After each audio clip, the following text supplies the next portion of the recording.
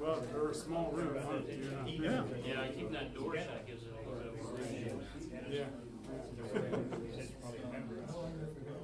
Hey, did you ever make contact with Kansas City? Or? I have not. Didn't make the I didn't want to yet until I. Oh, that's all right. It's up to you whether you do it. Oh, I will. I haven't. How you been doing, huh? Hey, Norm.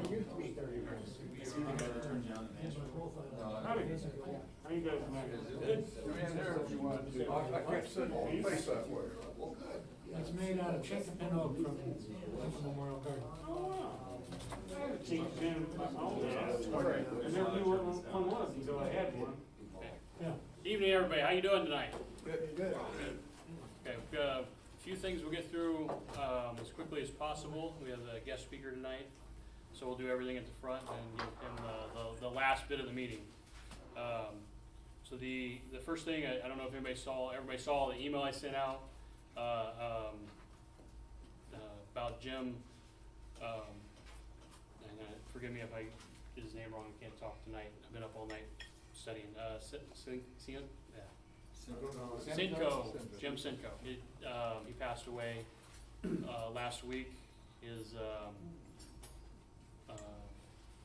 visitation is this Thursday, 4 to 6 at Stab, and then funeral mass on Friday at 10. If anybody's interested in going. How long had he been a member?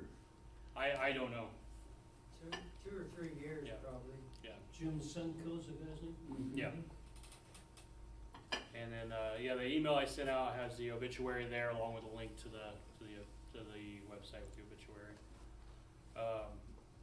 Norm sent me an email. He's looking for pin kits to make some pins, right? So if you have any pin kits that you want to get rid of, just give Norm a call. The equipment, not the pen blanks. Yeah, the pin kits, the metal pieces, right? Yep. So if you got any pin kits that you're trying to sell or you don't need, you can give Norm a call. His number's there on the website. You pay top dollar. Christmas party is the 9th of December. So I sent an email out about that. You can go online and register for that if you'd like. Before you leave tonight, Bob Booth can take your money and get you registered for that as well.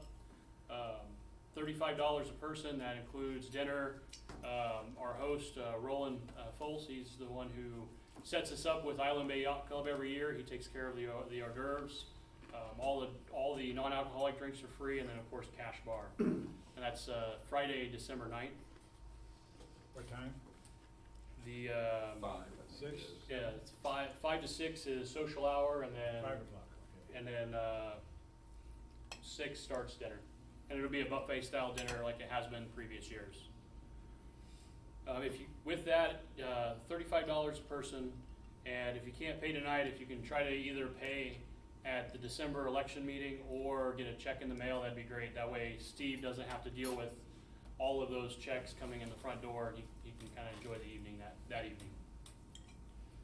But you can register tonight even if you don't have the Yep. money, so I can get you registered, so.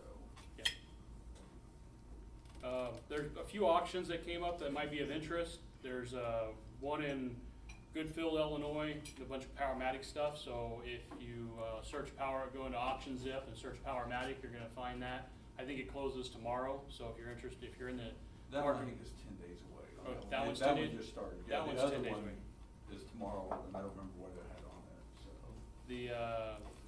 the Bellevue auction has a bunch of hand tools. That one ends tomorrow. And then there's a Tri-County auction, and I'll leave this up here if anybody wants to see it. I got this in the mail. It's a bunch of hand tools.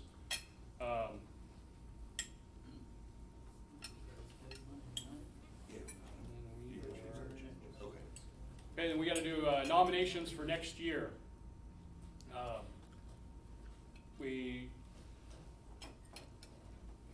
So, first of all, any nominations from the floor for next year's officers? I'll start with nominating Ralph for I second it. Four. President. For a member at large,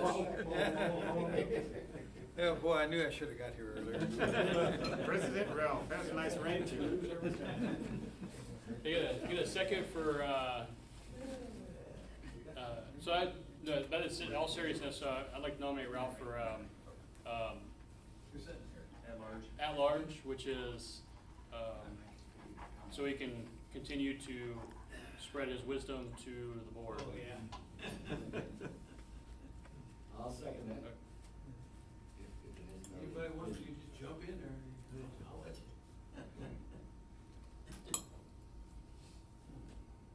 Any other nominations? Should I nominate you for Sure. president? 2023? I'll vote for that. Get this all done. I'd like to nominate Frank, and Rahman for vice president. Our vice president, the main job he has is safety, getting a safety article out, and if we go and do something, kind of dealing with that. And Frank has been out there with Mark Adams several years now. He's real big on the safety side of things. He's taught out there. I think he brings a lot to that, which is why. And I talked to him earlier today. I'll second that. Is there?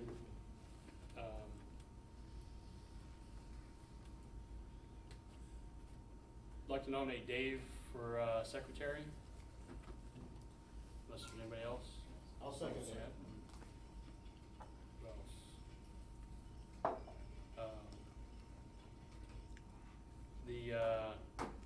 So we talked to Steve about treasurer. He wants to step down. He's got a lot going on. Is there anybody interested in being treasurer?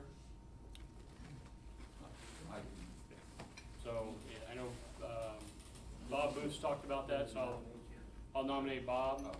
I'll second it. And then the two other jobs that have quite a bit going on with them, program officer. Bob Steinwell has done a lot this last year on, he got Mark Adams out here. He seems to have those connections and the way with words to talk people into doing things and getting up here. I'd like to nominate Bob Steinwell for program officer to take care of that next year. Second. And then the membership officer, whose job it is to make sure new members get what they need and to try to increase our numbers as we go into this next endeavor where we need more people. We need the next generation to come in, right? So anyway, I'd like to nominate Terry Tuttle for that. And then there are still 2 at-large positions that need to be filled.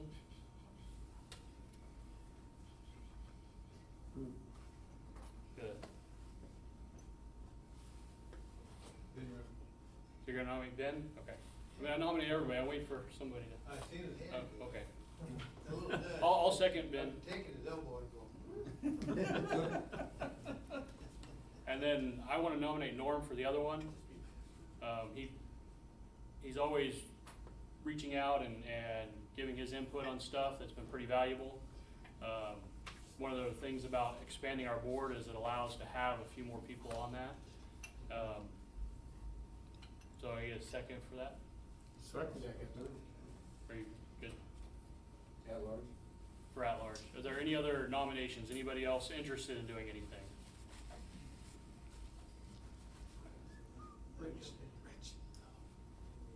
No challengers for any of that? That makes everything real easy for, Oh, we're gonna need to have an election then, huh? not really. Perfect. And then there's one other thing I want to do before we get started with our guest. Carl has a special box that he has made, and he wants to give a short presentation on that. Okay, so now that we're the guild and trying to be a 501c3, part of the deal here, in their things, for the purpose of this, the fourth item is support efforts of community organizations in the local area through volunteer woodworking activities. So, I've got, I'm gonna show you this and describe where this came from. For those of you who are familiar with Lincoln Memorial Garden, there is an old chinkapin oak tree there that is over 200 years old. And it is, it was a landmark for the International Arborist Society and the National Arboretum Society. And about 5 years ago, that tree finally died. And someone, and I'm not sure who it was, said, you know, I'd love to build some furniture out of it. So he had somebody mill some of the big branches. And that wood is all stored in the barn at the Ostermeyer Farm at Lincoln Memorial Gardens. Well, unfortunately, this gentleman got cancer and died. And my wife, who had been on the board, said, hey, Carl will do it. And anyway, I've built some boxes to be sold in the Nature Center store at Lincoln Memorial Gardens, and I think that fits with the charge of being a 501c3, that kind of activity. I'm not getting any reimbursement or anything for it. But I just thought this is the chinkapin oak, and I've trimmed it with walnut and with some cherry and walnut dovetail inserts. I can pass this around if you, so you can see what the quality of the wood is. It's really pretty nice. So at any rate, I talked with Joel, who's the director of the gardens, and I said I would present it to this group. The wood's available to be used for projects. Here's another example. Someone made pens out of that chinkapin oak. And that person's from Rochester, I don't know who it is, and these are sold in the Nature Center store. Now, the person who's making those, the pen sets themselves, the wood's for free. And so the Nature Center is reimbursing for the cost of the, the metal pieces of this. And they would, Joel would negotiate with anybody who wanted to do that. I just did this, it's my time, it's their wood, and so at any rate, so that there's a stack of wood that's probably 2 of these tables and about that high. And so inside the box, whoops, there's some of Joel's business cards. So if anyone's interested, you can take one of those cards and give Joel a call. Any questions? I ended up having to mill, it was rough milled, so I had to clean all this stuff out. But I actually am surprised at how nice the wood was, and how tight the grain is. I mean, this thing's 200 years old. Ralph, have you ever milled a chinkapin before? I believe so. It's in the White Oak family. Yes. Also referred to as a chestnut oak. The leaves are funny. My daughter made a little logo. This tree was known as King of the Forest. For those, that's the local Lincoln Memorial Garden lore. So there's a little logo on the insert that's in there my daughter did. And I'm also gonna be making coasters and laser engraving that logo onto the coasters. That's a pretty piece. So, anybody that's interested, just give Joel a call, or you can talk to me. I'm heading to Florida on Thursday, but I'm still available.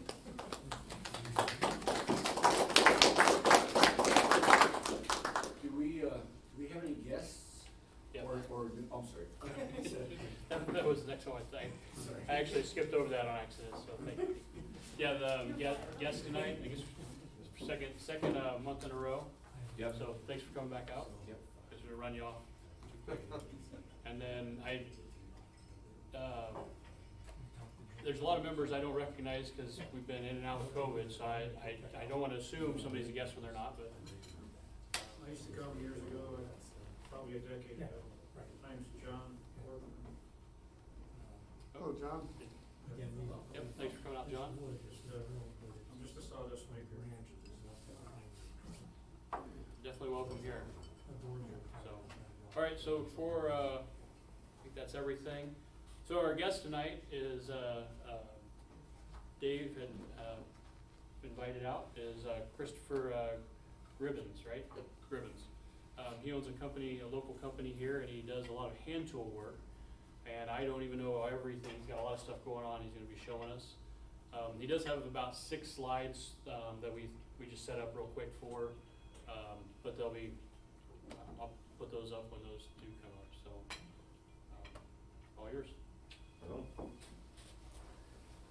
Well, like you said, my name is Christopher. I own CG Woodworks, and I specialize in 1800s techniques and tools of the time. And I guess what we'll be talking about mainly is some grain woodworking. So that's one of my main focuses. And one of the main advantages when you're working grain wood, you know, fresh cut tree or a tree that you might have soaked for a long time in a body of water, is that it's a lot easier to work. It's a lot easier on your tools. And wear and tear on your tools is, of course, an expense in a business. So it helps quite a lot, but it also, on top of that, the advantage is jointery. You can ensure that you have a very nice tight joint. And that's because, if we can pull up that first slide there.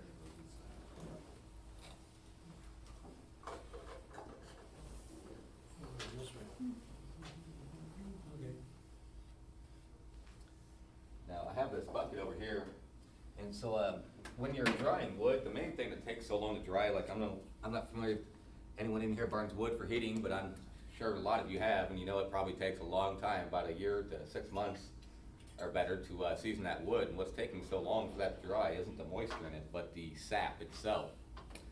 And so removing that sap, you can dry the wood. It takes about 2 weeks for that water to dry out of it. So you can speed that process up by boiling that sap out of the wood. And then after you boil it, what they would do in those times, they would take a bucket. I don't know if any of you can see here, but this is a mixture of sand and rock. A lot of people use sand, just sand itself, but I like to use rock as well because I can take it off the fire and keep my wood from burning, as compared to keeping it on the fire the whole time and paying a lot more attention to it. Because those rocks inside of there, those small pebbles, will actually hold some of that heat when you take it off of the fire. But that'll actually help you dry your wood, that warm, hot sand, that day. So instead of waiting 2 weeks for the water to dry out, you can make your projects within a day. And so when you're drying your wood, you'll have a lot of, if you see the slide here, you'll have the grain is going across horizontal, and your rays are vertical. So across the grain, you're going to have a lot more shrinkage than you would going vertical, excuse me. You'll have about 10% shrinkage widthwise as compared to about 5% lengthwise, height-wise, I mean. And so that's going to go from a circle to an oval shape. Now you can use that to your advantage, because when you cut a circled hole, if you can go to the next slide. When you have a round hole, you're going to take and you're going to, either that'll be cut green, or if it's not, you can soak that in a bucket of water or whatever else, your tenon hole, and that'll be round and that'll swell. And so you cut your tenon to the right degree of thickness, and it'll actually shrink down around that tenon and lock it in there without the use of glue. Of course, when you're using green wood, the glue's not going to want to stick very well to something that's moist. But with the proper use and the right knowledge, you don't have to use that. And it'll actually get stronger over time as that wood dries. It'll shrink around it and make it a lot stronger joints, as contrary to what you might think is like a lot of older furniture and stuff like that or that you've made. It kind of loosens up over time. This actually tightens up over time. So that wood will actually lock down over it. And on the edges, on each side of it, it'll actually be losing moisture faster, so it'll shrink down and lock onto that oval shape. If you want to go to the next slide. And so, to keep it from splitting, you want to, as you see in the picture here, you want your post is horizontal, as vertical, and so you want your grain to be horizontal with the vertical post, as you see in the picture here. And your maximum shrinkage is going to be on those, is going to be from the sides of that post as compared to coming down. That'll really help lock that in there. If you want to go to the next slide, as you see here, this is an old Windsor chair maker trick. Actually forgot the D in there, if you can pardon that. But an old Windsor chair making trick where you notch around the end of your post here, your tenon. And what that'll do when that wood is shrinking, that moist tinning, like the female end will be moist, and like I said, it'll dry around it. And as it dries around it, that little notch that you've put around the end of your tenon, it'll actually allow some of that grain to squeeze into that notch and really lock it in there. I mean, you don't. I've encountered it, and it's you got to start all over from new because you're not getting that out of there. Holds like grim death, huh? Yes, it does, absolutely. Another trick that I've ran into in the old times that is rather tricky is they'll put a wedge cut in the end of their dowel and put a wedge, just stick it in there, not pound it in, but stick it in there. Then as they tap it in and it hits the base of your tenon hole, it pushes that wedge in there and locks it in. And that's another thing where you have to just cut the wood and then drill a new hole out. If you want to go to the next slide there. And so in chair making, you want to, I'm sure that a lot of you are in here are probably more familiar with it than me. As I look around, there's probably a lot that most of you guys can teach me in the business. You gonna pass that around? That's a tool that I've made. That's something that is using friction and pressure. You take it, if you want, I'll demonstrate here real quick. I won't press on this, but you put your hand on here, and what I do is like I have say this is a post or something like that. I'll take and press as hard as I can on it and push and roll. And that heat and pressure, if you notice on here, it's a really smooth, like it's been glazed, and that's not glazing, that's just from the heat and the pressure. That's the effect you get from that heat and friction of pressing that wood together. And that helps you when it comes to doing stain, like I make my own stain. I take black walnut shells, the outer green fleshy part of the shell, when it falls and it starts turning black, which I'm sure is an annoyance to a lot of you if you have those trees here, especially when it comes to cutting the grass. People like me will come out and collect them either to eat, but what I do with them is I take those shells and when they're turning black and rotting, and I boil them down.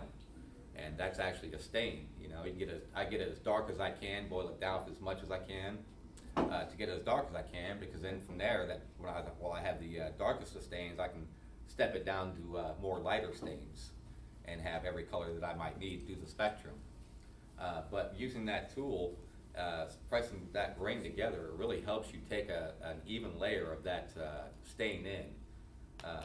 I'm sure some of you guys have probably run into the problem where you're not getting even stain and things like that, you know, so that it really helps eliminate that problem. And that's a tool that's easily made. As you look at it, you can tell it's nothing to make. And you can even probably improve upon it. It's only, you know, limited by your imagination, just like with these shaving horses. I think, is there one more? Please, nope. No? Okay. So, when you're making a chair, you're splitting, of course, you're not going to Menards and buying wood, so you're going to be using one of these tools here. This is called a splitting froe. And it's much similar to a draw shave, only it doesn't have handles on it, except for one side, and the blade is facing down. And this is what you use to split wood as compared to an axe. And I'll demonstrate here if I can. splitting this, how you split this wood down. This is called a fro mallet, and it's very similar to the one Lincoln is carrying there in his in this depiction. Only his is made for longer applications, board making and rail splitting. And so your goal here is to split down through the pith. And as you see on here, the pith is the center of the wood, of course, and it's quite off center. And and you're looking for 2 equal parts. You always want to split this into 2 equal parts. You want to move it around, set your blade on it, and figure out where you're going to have through that pith a 2 equal part to the wood. And so you set that on there, and I'll go ahead and split this down. I didn't notice I had that little notch on there, so hopefully this will sit well. And I'll go ahead and find where I can get 2 equal parts out of this pith. And if you do it correctly and everything works out right, you should have a strip in most types of wood of the pith straight down through it and get a nice good straight split. So I think my pith is 2 equal parts to be probably about right in there. I'll step over the side. So the reason you use these mallets here as compared to like a T mallet like you would probably normally used to is if you were to use a mallet that was using the end of the grain, of course that's going to split that board out, that hammer, pretty easily. So going across the grain is going to prevent that from happening. And so she split out there good, and I usually just put it against my knee and you try and split her out. There we go. And it looks like we got a little bit of a problem in this one, but those are still good blanks we can make something out of. And you see that dark split line down the center, that's your the center of your pith. And so you have 2 good, if you're going to be making a spoon, let's say, you have 2 blanks for your spoon, and you want to look at it and decide which one you're going to go with. And I'm going to go with this one here. And yeah. So from here you take your axe.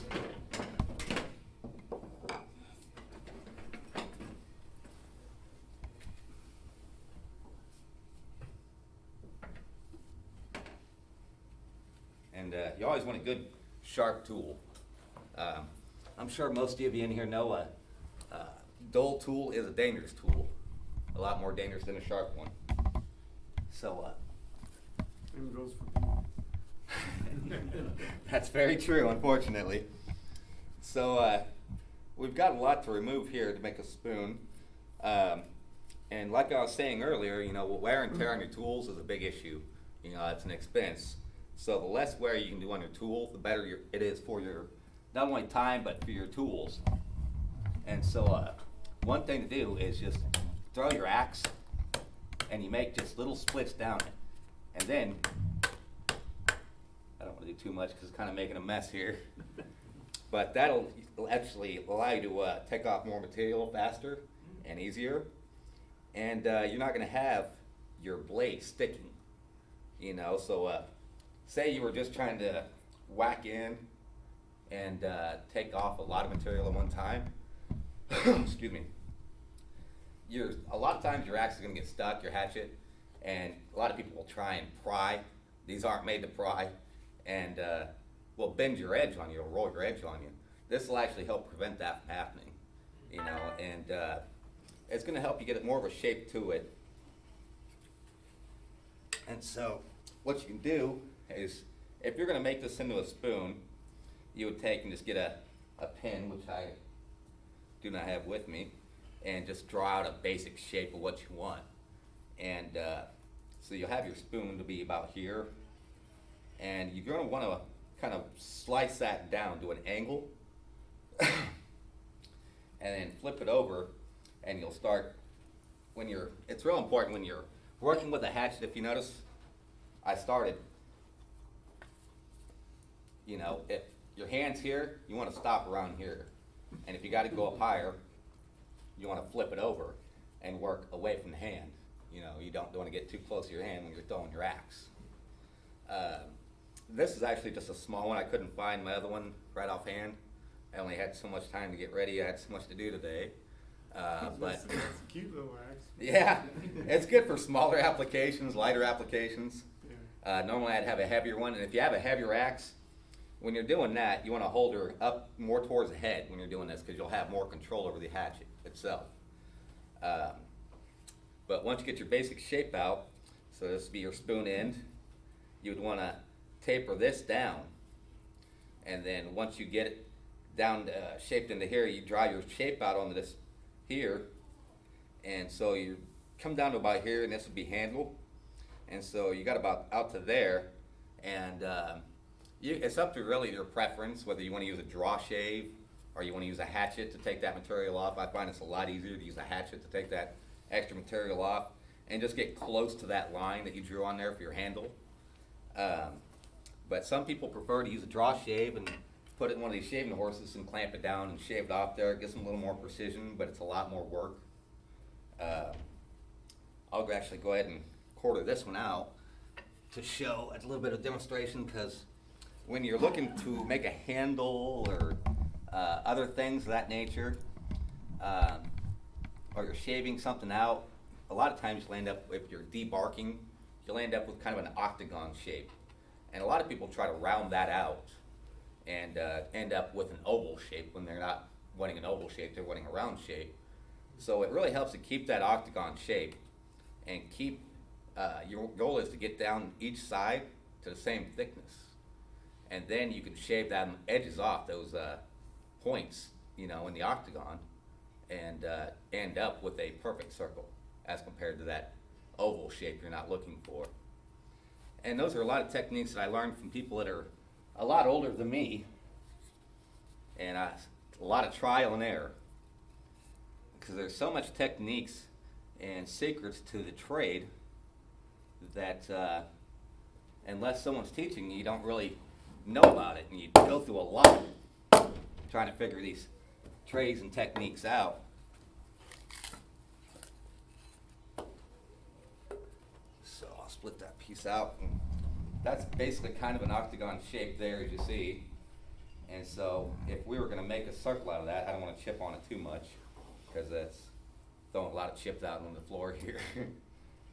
But I'll do a little bit of shaping on this with the draw shave to show the basic shape you can get it down to, or at least a general idea of it, best we can here. You can adjust This pin here? You don't have to pull the pin, just, I don't know if I can do it when I'm not sitting in it.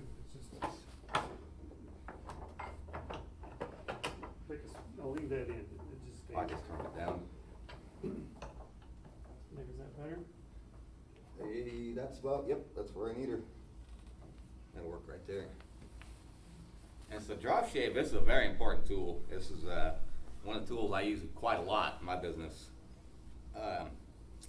This particular one has a bit of a bevel to it. Depending on your application, you want to use a straighter one. But I noticed that one thing I noticed with a lot of people that haven't had any real education on it, formally, and just like myself previously, they tend to shave on it straight towards them like this. And that doesn't really work out well. What you want to do is kind of come with the blade at an angle. That gives you a lot more control, and you get a lot better application of the shave on there. And so you work them corners off.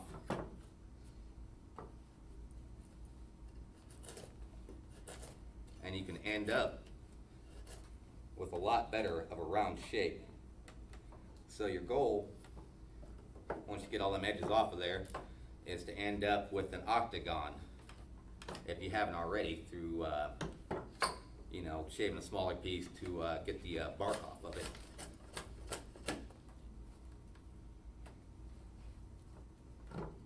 And this isn't really a good example of that. I don't have a smaller piece. I meant to cut a piece and forgot all about it. But you get a lot better shape here. And so you got a thicker side over here and a thicker side over here, and down here. And you want to shape that down. Your goal would be to get this thickness off to this side to the same thickness as this side and this side down here. So you got more of a uniform shape. And then once you get that, that's when you can start shaving down and getting your more of a round shape shaped out of it.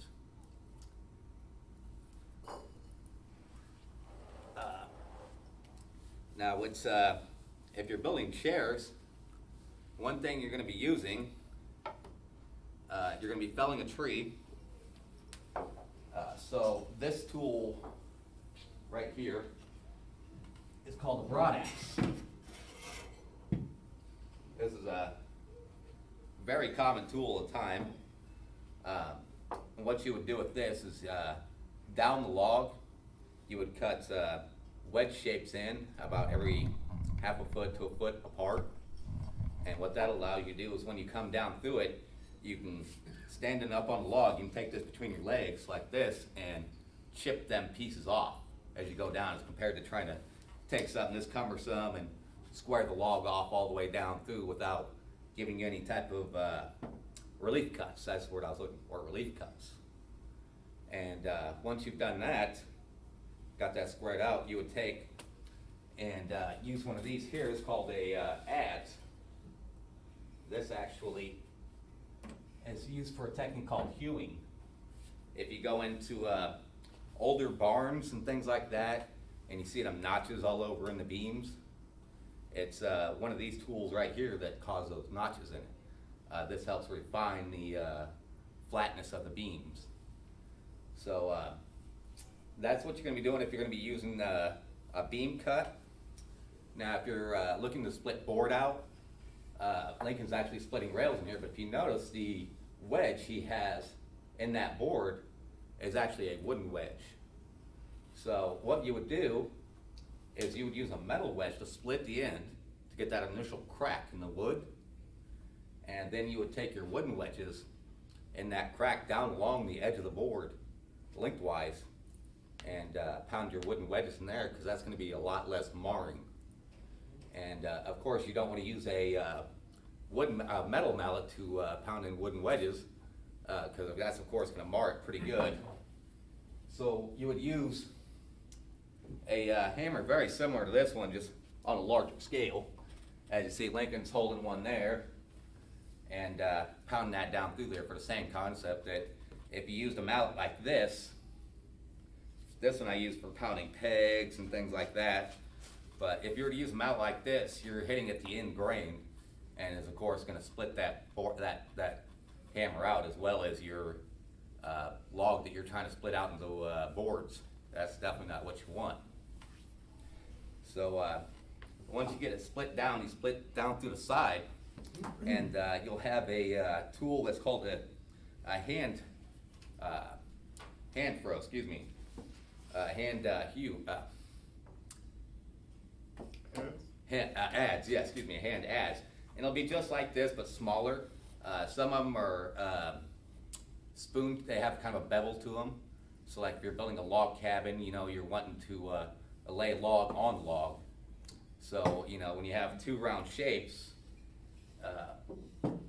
see if you had two logs, as you see, these aren't gonna sit very well together.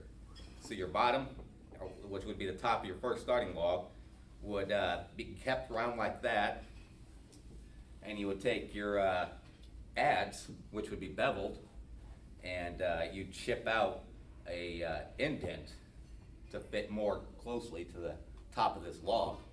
And a lot of times they'd use moss and things like that to put in between them to seal that from weather and other things.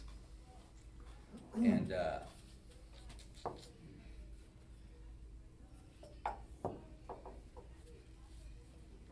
some of the tools and techniques that they've had in the time, a lot of it's been lost. And as you know, people that know this type of work, or a lot of them in their 90s plus, and they're retiring, and as they pass away, a lot of this knowledge and the tools and the techniques, the knowledge of that is passing away with them. And it's eventually going to be where no one's going to know how to do it, you know. A lot of this information getting lost is not even available in a lot of books out there. There's a lot of books and series of YouTube and things like that that are out there that you can find, but paper books aren't, they're not resistant to time, you know, and a lot lot of people today, they don't see it useful. I mean, why should I care about how to saw a log or something like that when I got a power tool that'll do it for me easy, as a lot of people's thinking. So when they come across books and things like this that may one day be an essential, they throw them out. So it's, and not only is the information dying off through people themselves that hold and possess this knowledge, it's dying off in paperback form as well. So it's essential that we carry this type of knowledge on so it's not lost, not just this, but all the old world arts, you know, but carpentry being one of the especially useful and important traits out there. We have Lincoln's New Salem right now out there. It's in a lot of disrepair, and that's a very important part of history. And that was built, if you didn't know, using the tools and techniques they did of the time. They didn't use chainsaws or anything out there to make it easier, but still give it the look of that time. They actually used the tools and techniques, and that's the way that it has to be done again. And the village is actually out there rotting away right now. It's in quite a bit of disrepair. A lot of the houses and things like that you can't go into because it's not very safe for people to enter.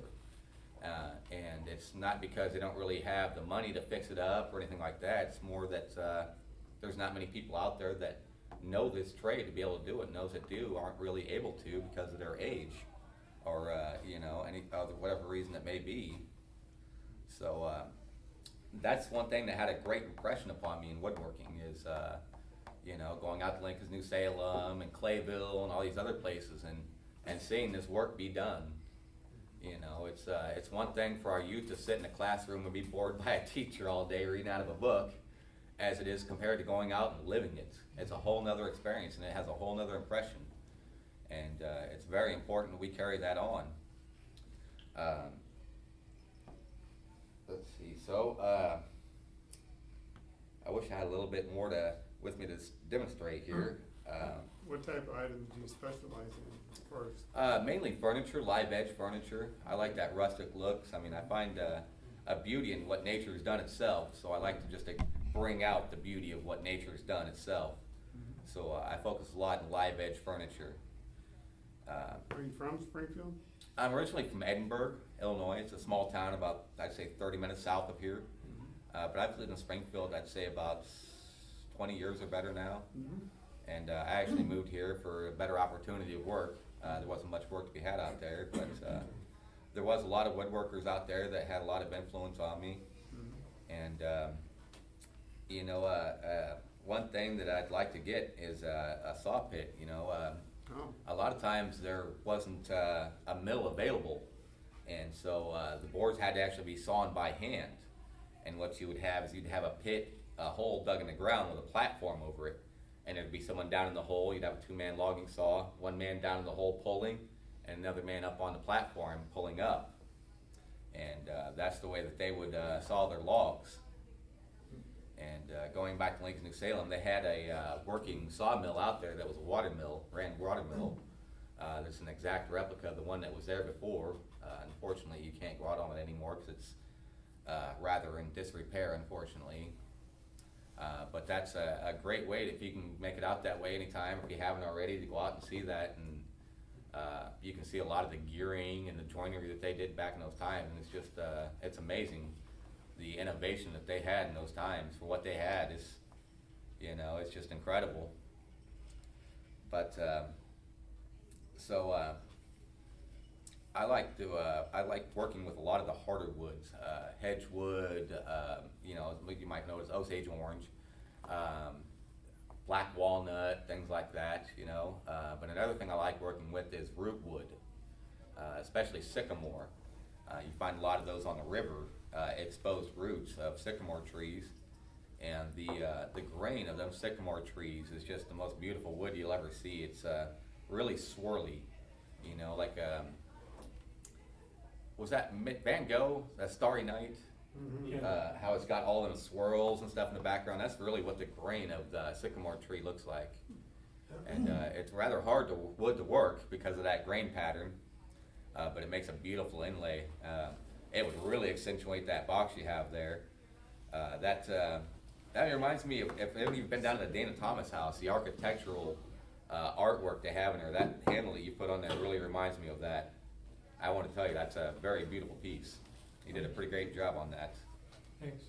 That swirl pattern you're talking about, there's a, I think it's from Africa, it's called Bodenga, Yeah, and it has that kind of swirl pattern. I made boxes out of that. yeah. It's not an easy wood to work, is it? No, it's not. It's It's- actually, and it's a hard wood to stain. Yeah, it is. It is a very hard wood to stain. One thing that I learned I didn't know in the past that it really helped me out is how to read a tree's bark. So a good straight grain is really ideal when you're working wood.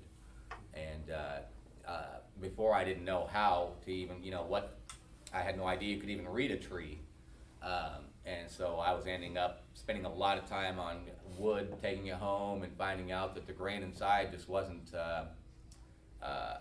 very usable for what I was looking for.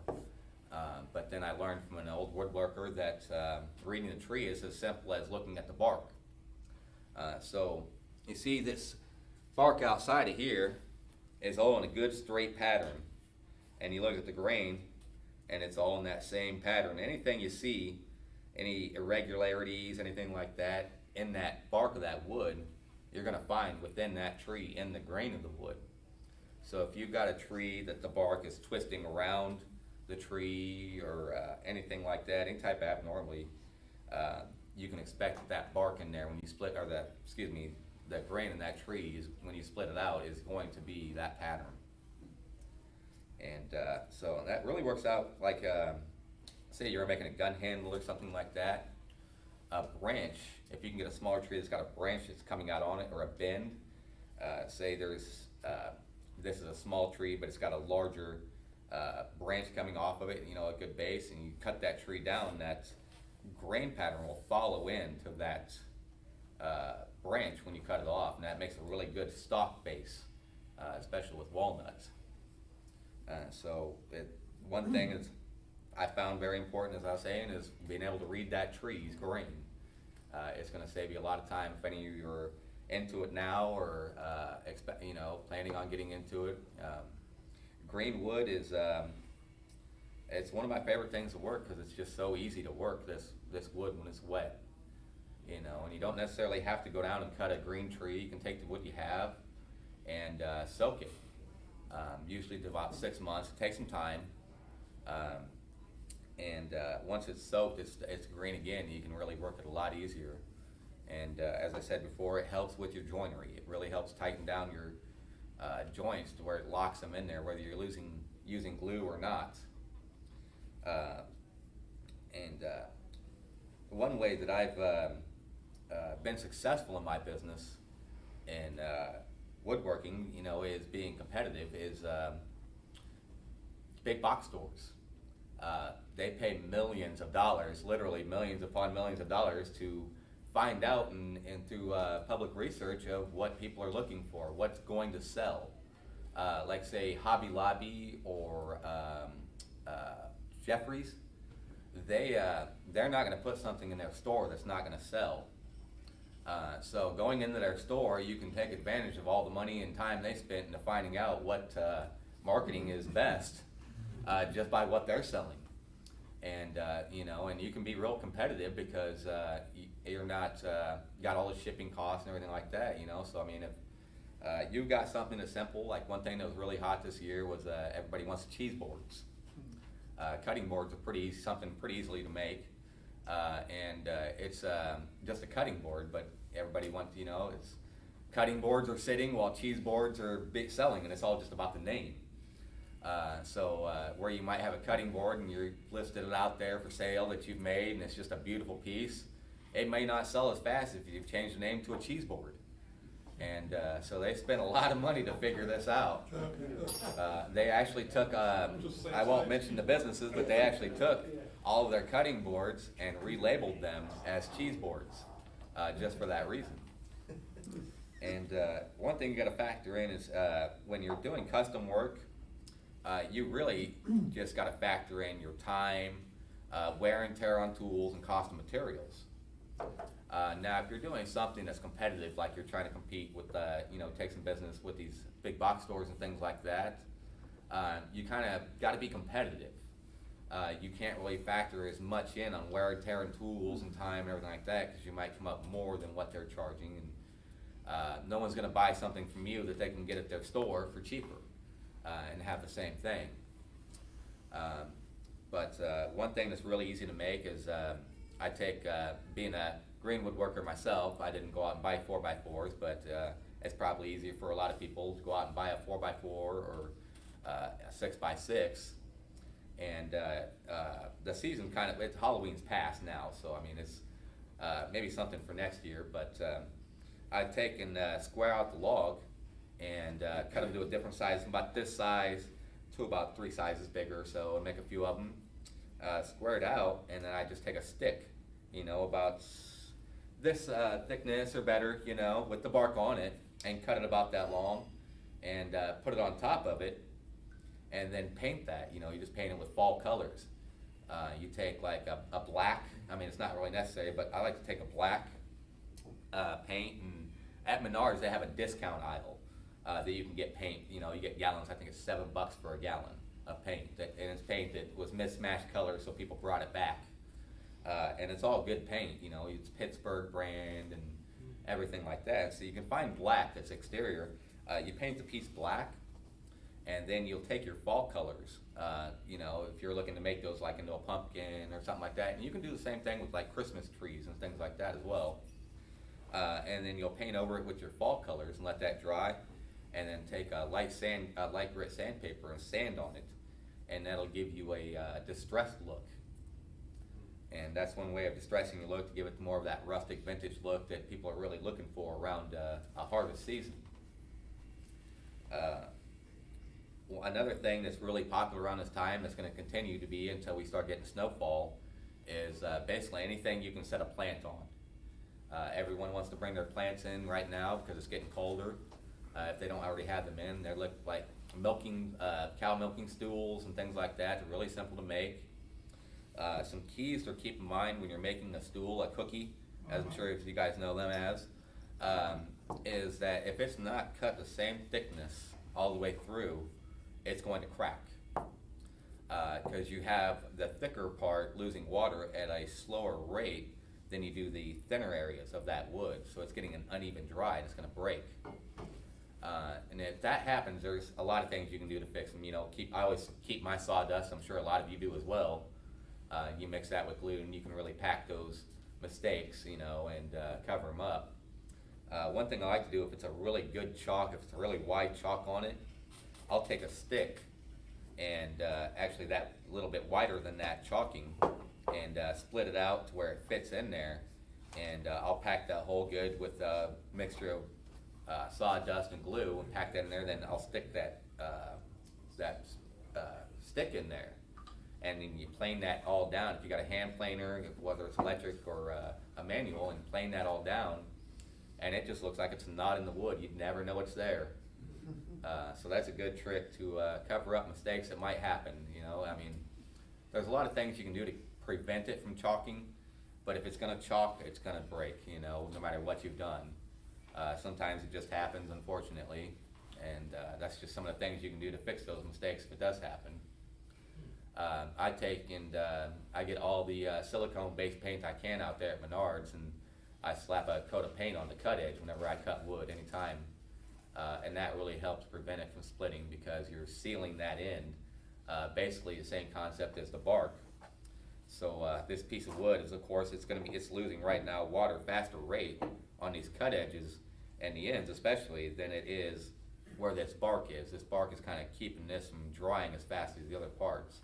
So when you put a layer of silicone-based paint on there, that really helps seal this so it all dries evenly, and that's a good way to try and kind of prevent your, go ahead. How do you find your customers, and how do you get the word out about your skills? Well, that's a good question. I mean, starting out, it was very slow. I mean, I started out at a young age, and I also supplemented that as working the other businesses and stuff, contracting and other things. But as word got out that I do this type of work, it really spread, because, like I was saying earlier, there's not many of us out there that do this type of work. It's a very much so a literal dying art. But Lincoln's New Salem was a big customer of mine. They unfortunately, the DNR, Department of Natural Resources, has taken them over now. And I'm not sure of the situation. I won't speculate on it, but they don't have anyone to run the gift shop right now. So that was a big chunk taken out. The same thing happened with Clayville. They had a gift shop out there, and it's closed down now as well. And these are reasons why it's important for us to learn these trades and pass them down. If we do all of our knowledge we know, to pass it down to these younger generations, like he was talking about bringing in the next generation. These are some of the reasons it is very important, because without people that know this and are willing to do it, we don't have a Clayville, we don't have a Lincoln's New Salem, we don't have Lewistown. They've got if you haven't been out there, they've got quite a nice woodworking shop out there. They've got it's a blacksmith woodworking shop, both combined. It's the Historical Society Museum out there. And yep, in Lewiston, yep, right on the right downtown, diagonal from the fire department. One interesting thing that you can see there that you're not likely to see, let me tell you, because I'm a man that's always in the search of tools of the time. So I'm very familiar with the tools that are extremely hard to find. And one thing they have out there that I'm just so jealous of is a wood threader. It's the only one I've ever seen outside of magazines and things like that. So that's one place you can actually see a wood threading demonstration. Another thing you see out there that you'll probably likely not see much of anywhere else is a tire stretcher. So when you had your carpenter make your spokes for your wheel, the blacksmith would heat up the metal, and they would take your wooden spokes and wheel that they had made, the carpenter had made, and they'd stretch that metal out the best they can and get it hot on this big machine. As it's warm, it stretches that metal out, and then they'll get it warm again in the fire, and they'll take it out, and there's a pit out back that they have. It's all clay lined. It's kind of shallow but deep enough to submerge that metal and that wood together, and they'll dip it in that pool of water once it's hot with that wheel in it, and that metal shrinks and takes all that wood. Because there's a couple ways of doing making a wheel. The most common way was you'd have, let's see, you would take a piece like this, you'd split out your board in the manner that I was talking about earlier, like we see depicted here, although he's making rails. And you would have cut your design, you draw your design into like a half moon type of shape, curled, and cut that out. And they would have of course, a template to do that to make sure it was all accurate, and doing it over and over. And then those would make your circle, complete your circle eventually as you put them all together, and each one would have a single spoke to it, and they'd butt together end to end. Excuse me. Another way they did it is make that same shape, but half the thickness of that they wanted the tire. And they're making it half the thickness they wanted the tire to be because they were offsetting them. And then they would peg them together and drill their spokes in. It's a little bit more of they would use that more for carts and things like that, small carts and things like that aren't going to be as much high speed. Working on the farm, hauling hay and things like that. 'Cause it's a little more weaker wheel. But with underweight, like large amounts of weight, it adds a lot more stability to it being the side by side as compared to butted against each other, because when you get weight, it kind of wobbles. It'll have some give to the left and the right, and if you got two pieces of wood butted together under pressure like that, it's eventually gonna, under that pressure, work themselves apart from each other, and that's not what you want. It really gives a lot more stability in them types of applications to overset those pieces like that.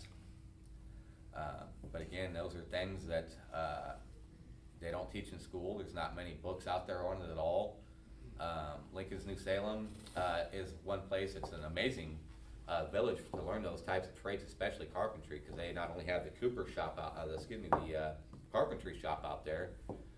More towards the front of the village, they have the Cooper shop where you can see how buckets were made. And Cooper is not a very common skill anymore. That's something that even among us woodworkers, you don't very many of us that are Coopers, barrel makers. But not even Lincoln's New Salem, as great as they are and as expansive as they are in that area, they don't even have one of them's any type of, wheel making material out there. They don't have a wood threader. One thing they do have up and running now, which took quite a while, is they have a foot treadle lathe out there. And it's up and operational now. And they're always looking for volunteers. So if you guys are looking to start out in Greenwood working, volunteering out there, you have access to that lathe and a lot of their tools out there and everything like that. And you not only be spreading, learning more skills yourself, but you'll be able to really pass that down to people not just here in the United States, but all over the world. Because people come from all over the world out there to visit. And the carpenter shop, the cooper shop, and the blacksmith are the most visited areas in there. That's the main attractions. Does anybody have any questions for me? You brought some modern tech there. I did. I brought some modern tech here. This is a chainsaw mill. Some people call it Alaskan mill. Some people call it a Granberg mill. It's a pretty basic setup. I mean, it may look intimidating, but it just clamps. Your chain just clamps into this. One thing you'll notice about this is different on this chain when you're milling wood with one of these chainsaw mills is that you're not using a normal chainsaw blade. You want to use what's called a ripping chain because you're going to be cross-cutting with the grain. So if you use you can use a typical chainsaw blade. It's going to leave a lot of marring in the wood.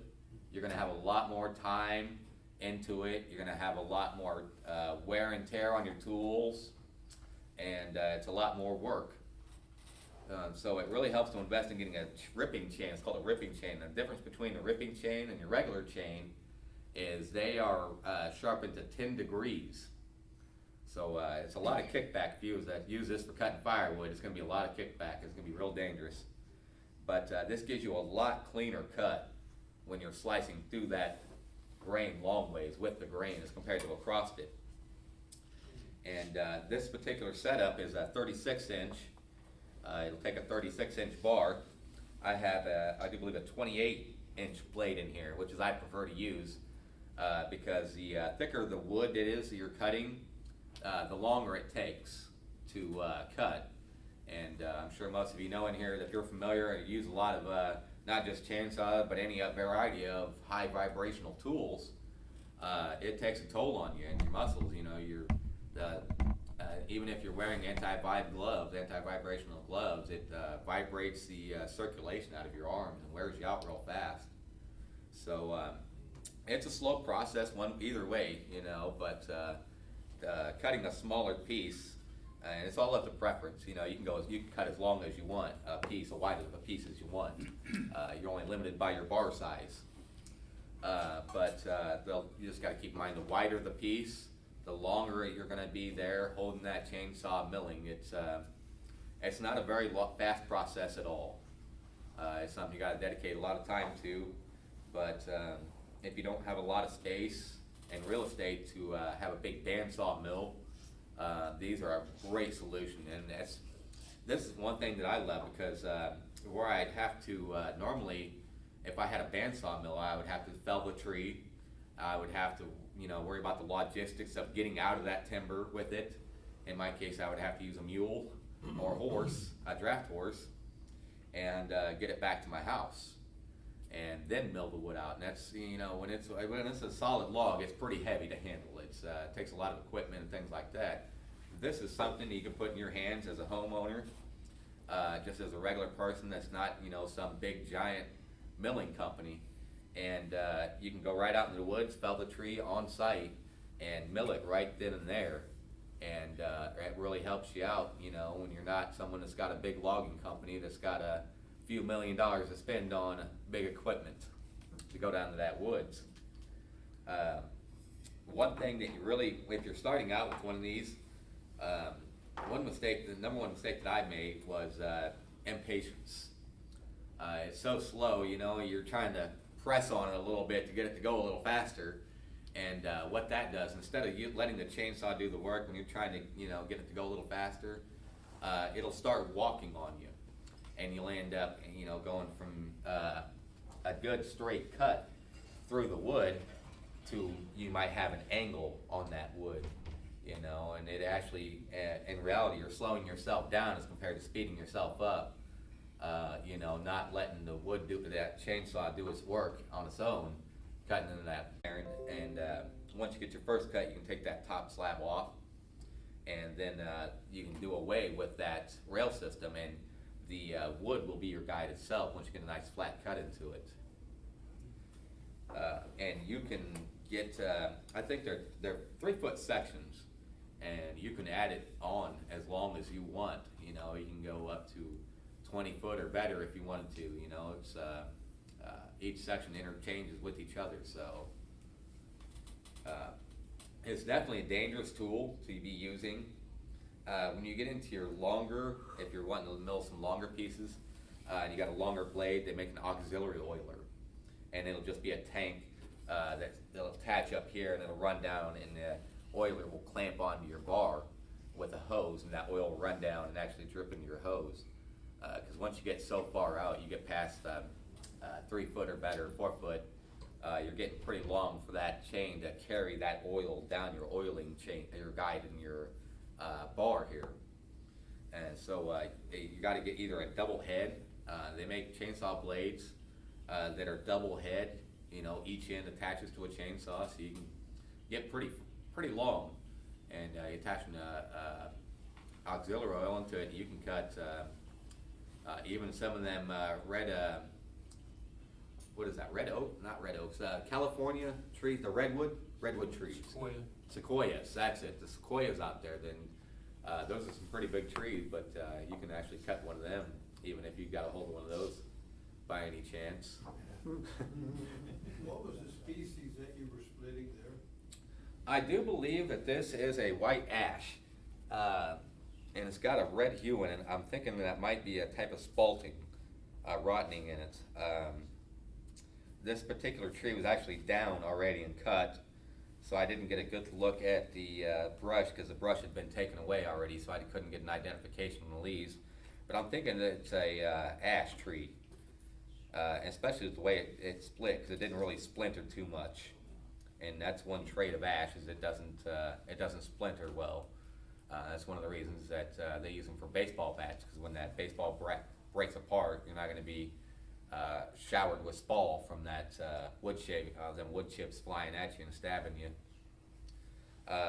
Someone in here might be able to identify a little better than me. I'm not. Looks like mulberry, is that red in the middle I'm seeing? Yeah, it's got red in it.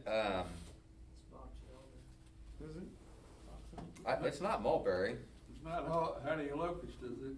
No, it's not. It wasn't honey locust. It's got a grain on it, like maybe a hickory. I can pass it around if you want. Or I'll pass a smaller piece around, so that way it's a little more easy to pass around. So where have you acquired your tools? Just over the years? Oh yeah, just over the years, going to antique stores.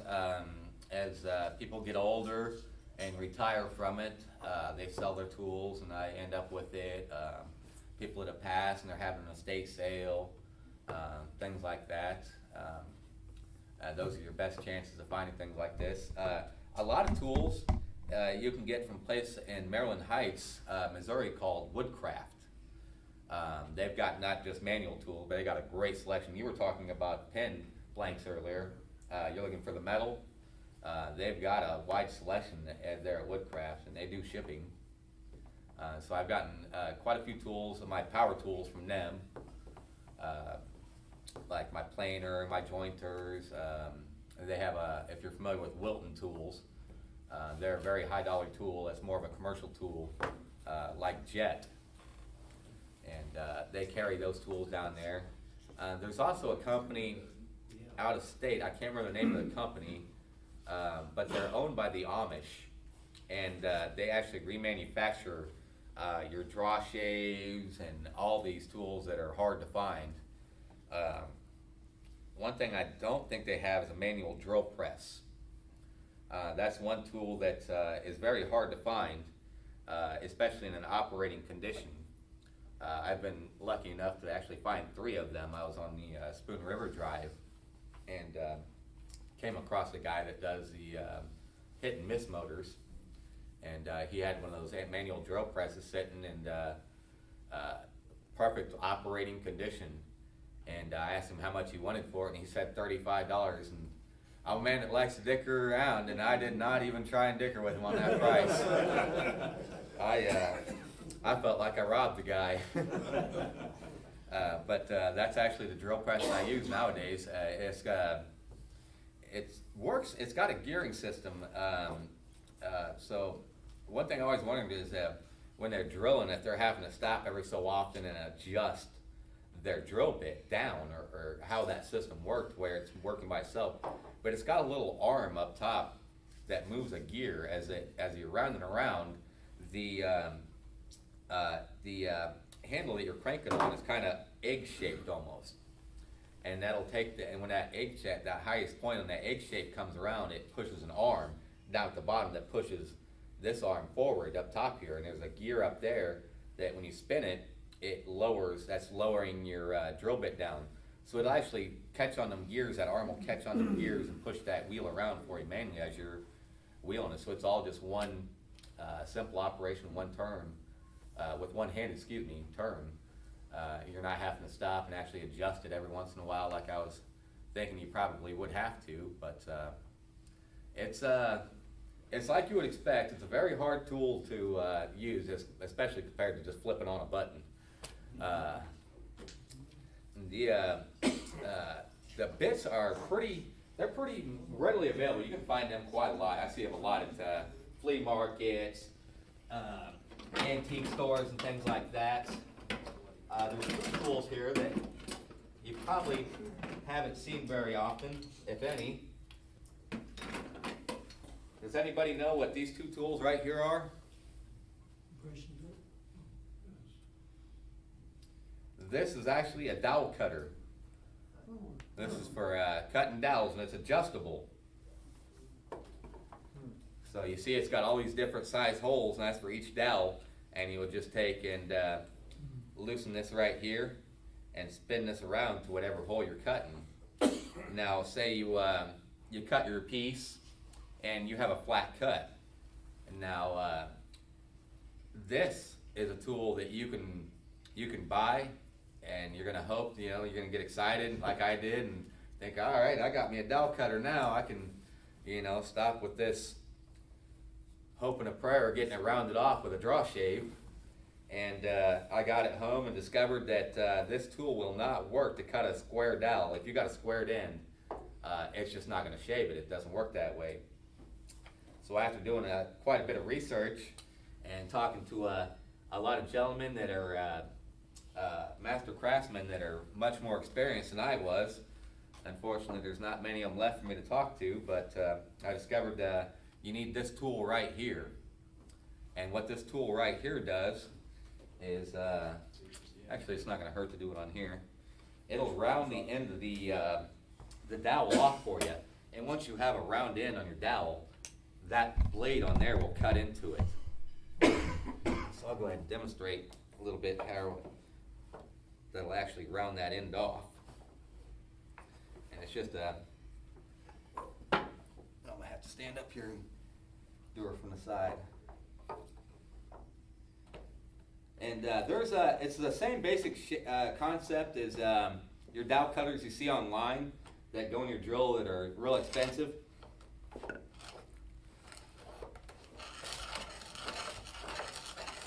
I just gotta find the right angle on that pedal to step down on her from the side. This actually isn't my draw shape horse. A gentleman here was kind enough to bring his in. Mine's definitely a different design. His is quite amazing. I've never seen this design that he did here. That's pretty cool. He's got a bevel here for sitting your spoon in, and this clamps down on your handle. So while you're sitting on this side, you spin your chair around, if I'm not mistaken. Yeah. And that'll allow you to chisel, use your chisel for chiseling in that spoon base. So mine actually had fallen over in my truck. I forgot to strap it down and broke the arm off of it right up here, so the whole head came off. But as you see, it kind of rounded that edges off of that square. And then once you've got that that'll actually fit in there a lot better, and the blade here will actually start cutting into it and cut your dowel off for you.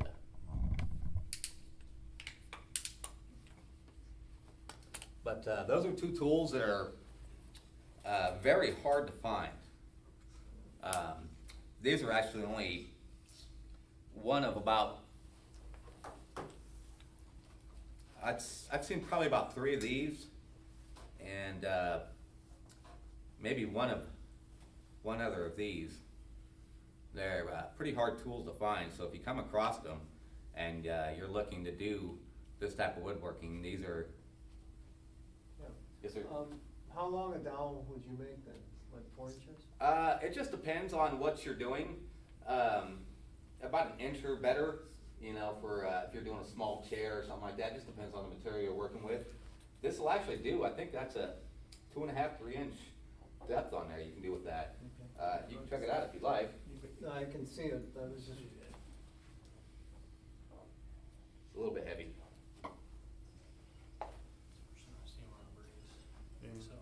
Standard brace and bit here. Yeah, standard bit and brace. Yeah. The bit itself is particularly what I'm speaking about being hard to find. These bit and braces, they're readily available out there in garage sales and things like that. You can pick them up for $5 or less usually.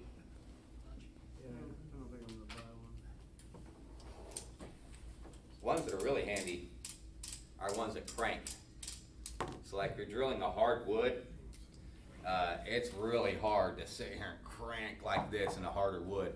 So when you get a good angle, you know, it's easy to push, so you can get a bite, crank it back like a ratchet, and then, you know, make this motion instead of this here where it's really hard to work it around.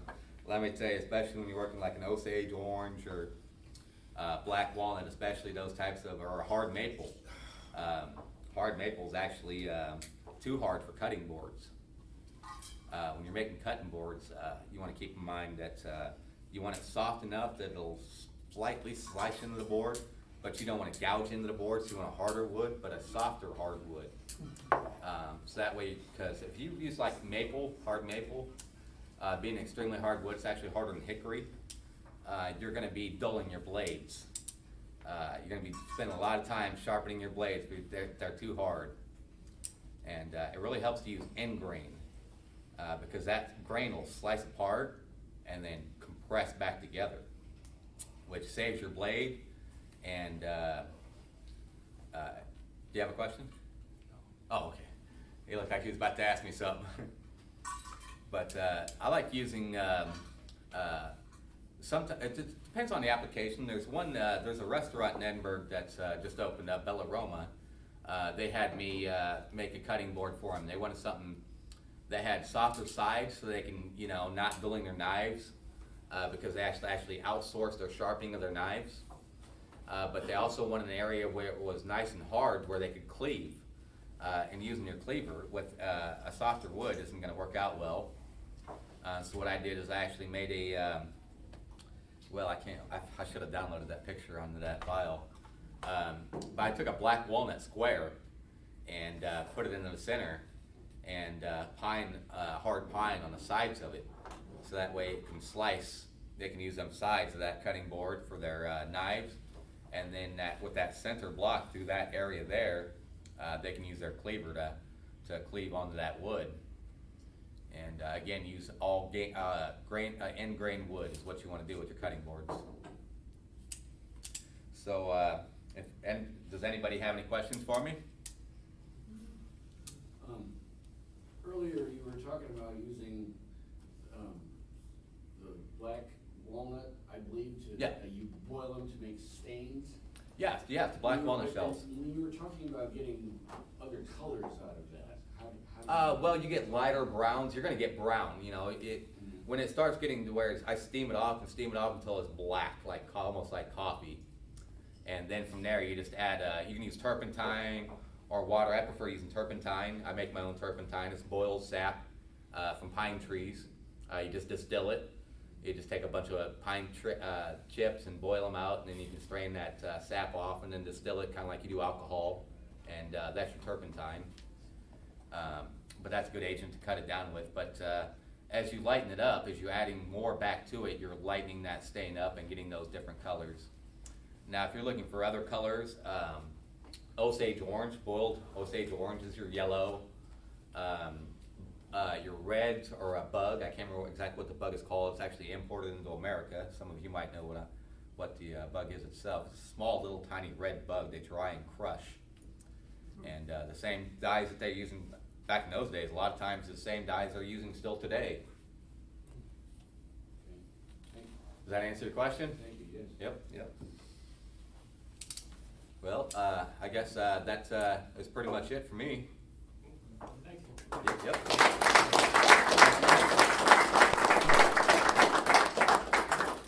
Oh, I also want to thank the gentleman very much for bringing this shade for us to be able to use on this presentation. That was a very great help. Happy to do it. Cool. Thank you, Christopher. Thank you.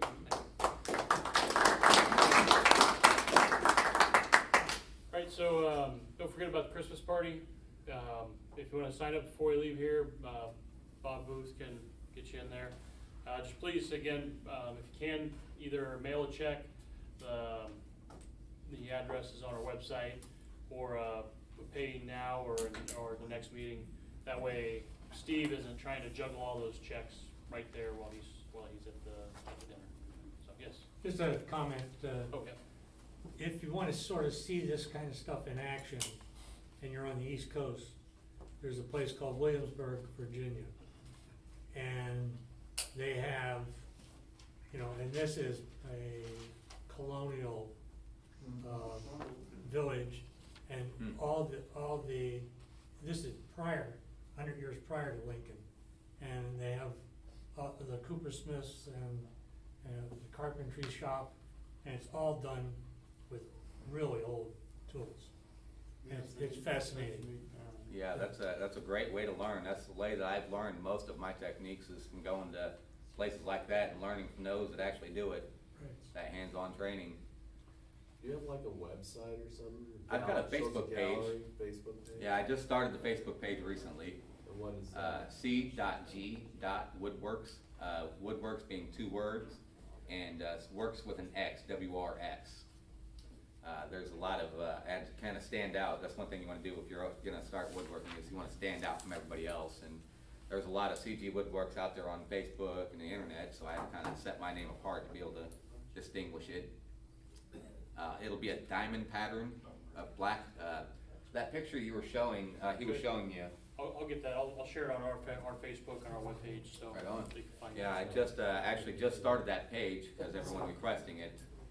But C.G.Woodworks? Yep, So the Woodworks, next- 2 words, excuse me, with an X. Okay. I had a business card before, and but I'm just one person, and it didn't work out well for me. I got flooded with too much business. Yeah, the Williamsburg, that's where I moved from before coming back here to Springfield, was that area, so, if you get a chance to go out there, make sure, I know it's not woodworking, but where they're making the rifles, the guy who does that actually had to reverse engineer, that art completely died. There was no documentation on how they used to make those rifles, nothing.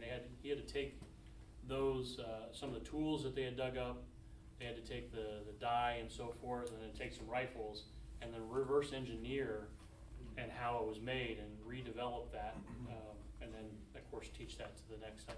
I don't know if the guy who reverse engineered that is still there or not, but the last time we were there, he sits there all day going over the whole process. So it's not woodworking, but that's one instance where it did die off and they had to bring it back. So it is a really great. We were there the Monday after Thanksgiving, and no one was there. Oh, wow.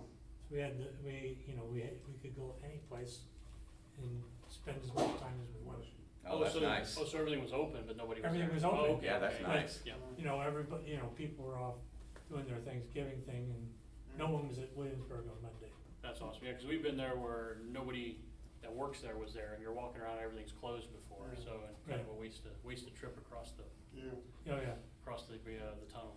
I think they have a few YouTube channels. Yeah. We were there, It might. the guy just explained everything in detail. Here, pick it up, try it, do that, You Yeah. really went over it more so than any of the other places, you know. Yeah, it's kinda, I think it depends on how crowded they are and everything else. So, yeah, it's a, you could spend several days there between all the different historical sites. Sounds like a place I wanna go. I was born in the wrong age. I would be perfectly happy in 1800s. You'd be dead now. Oh, yeah. All right, now we lighten the mood with that one. Thanks for everybody for coming out. Yeah.